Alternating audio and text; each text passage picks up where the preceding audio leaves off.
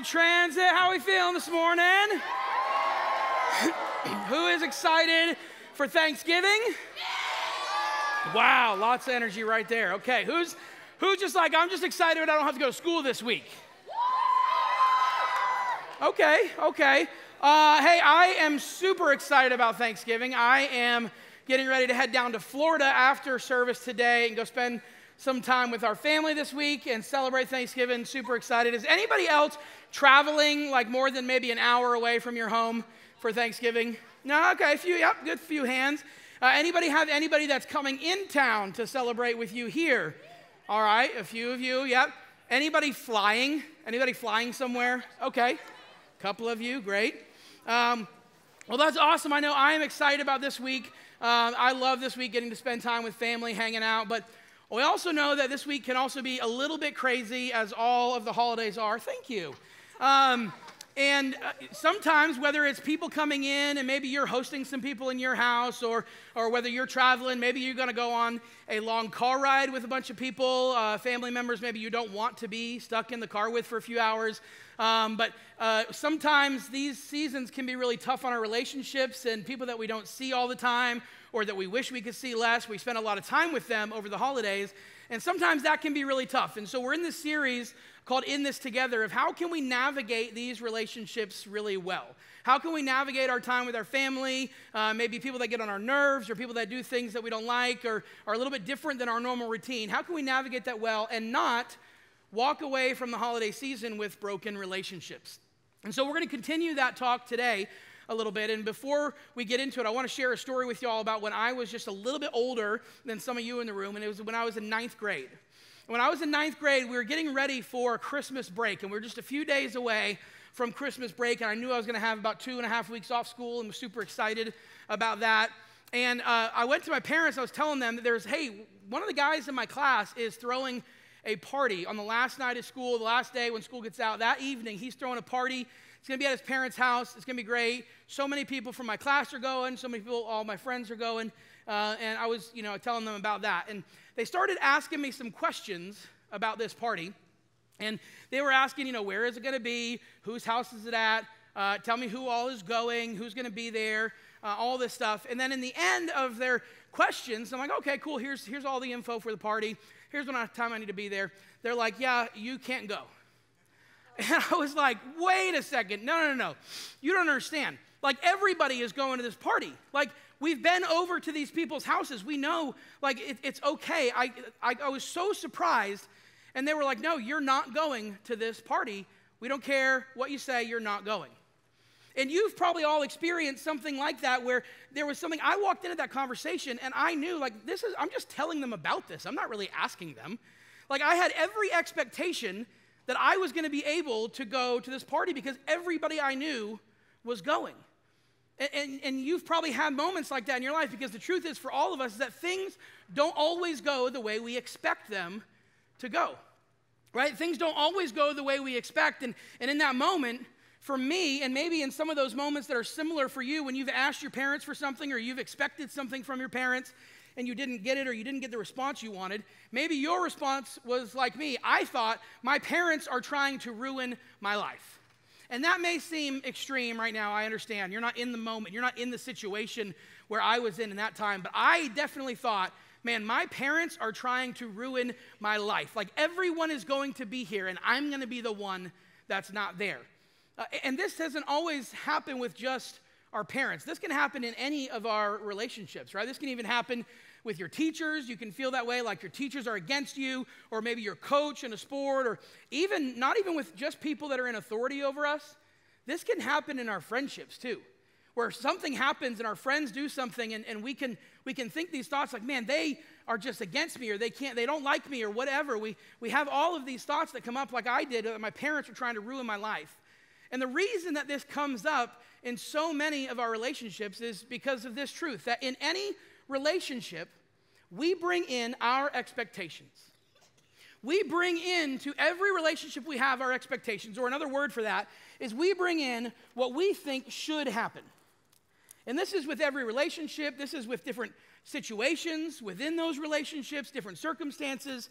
We have what we think should happen.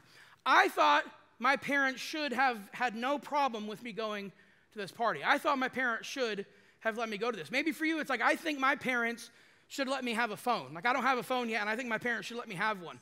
Maybe for you, it's like, I think my parents should let me have a social media account. Like, I should be allowed to have TikTok. I should be allowed to have Snapchat, or whatever it is that you are wanting to have. Maybe it's with your coaches, like, hey, I should be getting more playing time. I should be starting. Maybe it's with your teachers, like, hey, that teacher, they should be more lenient on this assignment. They should give me an extra day of work on this. They shouldn't be sending me to the principal's office. Or with your friends, they should have invited me to that. That person should be texting back to me. That girl or guy that I asked to the dance should say yes, right?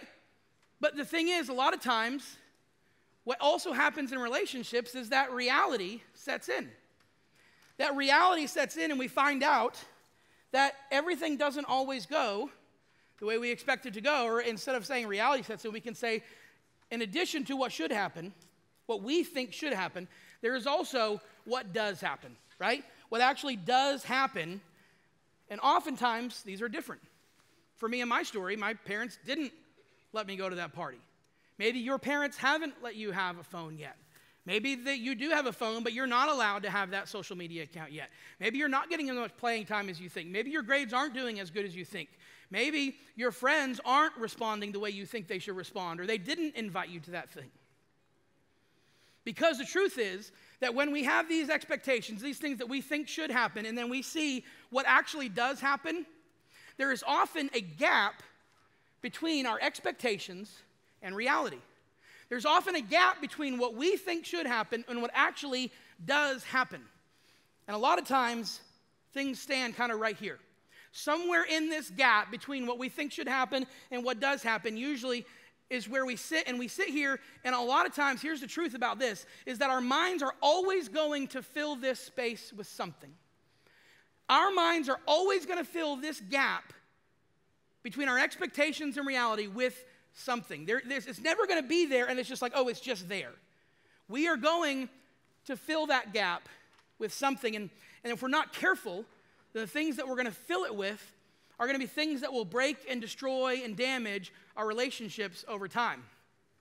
Maybe, if we're not careful, we might fill that gap with suspicion, right? We fill it with suspicion that, like, you know, hey, why are my parents not letting me go to this? I bet, man, they are just against me.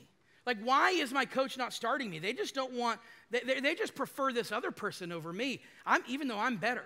Why is my teacher being like that? Man, they just want me to fail.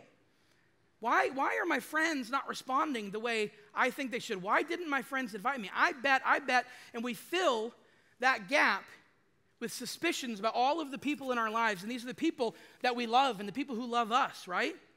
These are our closest relationships, and yet we fill that gap with suspicion. Or maybe, if we're not careful, we can tend to fill that gap with blame, right? We start pointing fingers like, well, man, if I can't go to that party, well, that's because my older brother did something stupid that he wasn't supposed to do, and so now I pay the price.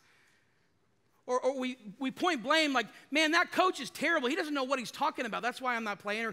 Or that teacher, that friend, like, they must be doing something with other people behind my back, and it's because of them. It's because of them, and we point fingers and we assign blame to things going on in our lives when we have that gap.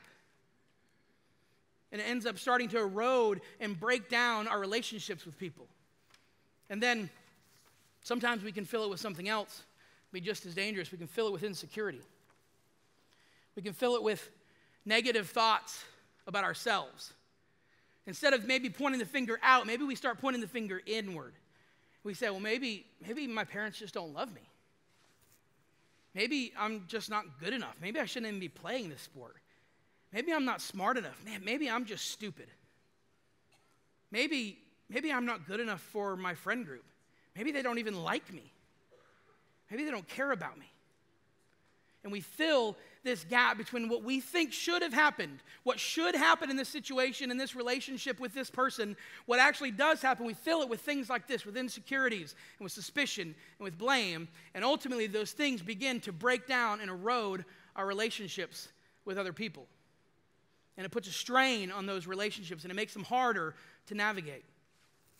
And so in this series, as we're talking about how do we navigate these relationships in a healthy way, we want to look at what does Scripture have to say about this. And there's a section of verses in a letter that Paul wrote to the church of Corinth. And in his first letter to this book, to this church that Paul is writing to, in the 13th chapter, he starts talking all about love. He's talking about how as follower of Jesus, we should be loving other people, and he's talking so much about love. And the truth is that Paul knows that this idea of loving somebody, this idea of being loved by somebody is really abstract. And a lot of times we can talk about it as if it's just this feeling. I love them. I feel love for them. You know, they're great. That's my parents. Of course I love them. They love me. My friends, I love them. They're awesome. And a lot of times we don't get down into what does that really mean? What does it mean day in and day out? What does it mean in each interaction and each thing that we do to actually love somebody? And so Paul is like, I'm not going to leave it up to your interpretation. I'm going to give you some very specific, tangible ways that we show love to people around us. And he starts listing in chapter 13, he's talking about this. And in one section of that, and there's more of it, there's a lot of stuff that he talks about in that. In one section, he says this. He says, love does not delight in evil, but rejoices with the truth. It always protects, always trusts, always hopes, always perseveres. This is how Paul is describing. He's like, hey, if you want to talk about loving somebody, and you should be, as followers of Jesus, members of your family, of your friend group, you should be loving those people around you. But loving isn't just a feeling that you have. It's something that you do. Right? That you don't delight in bad things happening, that you actually rejoice in good things, that you protect, you trust, you hope, you persevere through things. That's what it looks like to love someone and to be loved by someone. And so going back to my story of the party that I really wanted to go to, see, what ended up happening was a few days later when this party actually happened, the next day, I found out all about this party. You see, what happened is my friend, the guy from our school who was throwing the party, his parents were actually already out of town. And his older brother was watching over him, whatever, but his older brother didn't care what was going on. And so he was like, I'm going to throw this party. Nobody's going to know, but nobody cares. He'd actually arranged to have alcohol at the party. We were way too young for that. He arranged for us to have marijuana at the party, all this stuff. And the neighbors who were across the street, they knew that the parents were out of town. They knew that there really shouldn't be much going on at the house. And so when they saw this party getting started up, they called the police. And the police came. And ended up, what happened in the results of that party is a bunch of kids from my school ended up getting expelled as a result of that. A bunch of kids from my school, people that I was friends with, ended up having problems with the law because of being at that party. Some of them weren't even really necessarily partaking in anything going on there, but they were there. And they got in trouble. And I was able to look back later and be like, oh man, I am so glad I wasn't at that party. And when I look back, I was able to see that maybe my parents were just protecting me. Maybe in their love for me, they were trying to protect me from something. And in that moment, man, I didn't want to hear that. I was frustrated. I was angry. I was upset. Like, hey, this is what should have happened. You should have let me go to this. This is what happened. You didn't. And I filled it with all of these things. But there's a better way. And it's what Paul is talking about right here, about how if we love these people, if we love our friends and our parents and our teachers and our coaches, we love the people who are in our lives, who are pouring into us, who are investing in our lives, then we will have a different response. And here is what we can do in our relationship with others. When there is a gap between our expectations and reality, we can choose trust. We can choose to trust that instead of being suspicious of what they're doing or what their motives are, instead of pointing our fingers and assigning blame to people because of we're not getting what we want, it's not turning out the way that we thought we should, instead of being insecure and turning all of that negative energy and all those negative thoughts and talk into ourselves that we're not good enough, that we aren't loved, that people don't care about us, instead, we can pause for a minute. And in that moment, when we're like, hey, here's what I think should have happened, and here's what did happen, we can pause and say, you know what? But I know that person cares about me. So maybe there's another reason. I'm gonna choose to trust that there's a different reason why things didn't go exactly as I expected, exactly as I wanted them to go. And this is something that can be applied in all of our relationships. That in that moment when we don't understand why there's that gap, in that moment when we don't understand why they're making that decision, maybe it feels like they're against us, we can pause and stop and just say, you know what? I'm going to choose to trust. Instead of being suspicious, instead of being blaming, instead of having insecurity, I'm going to choose to trust in this moment that this person cares about me. And there must be something else.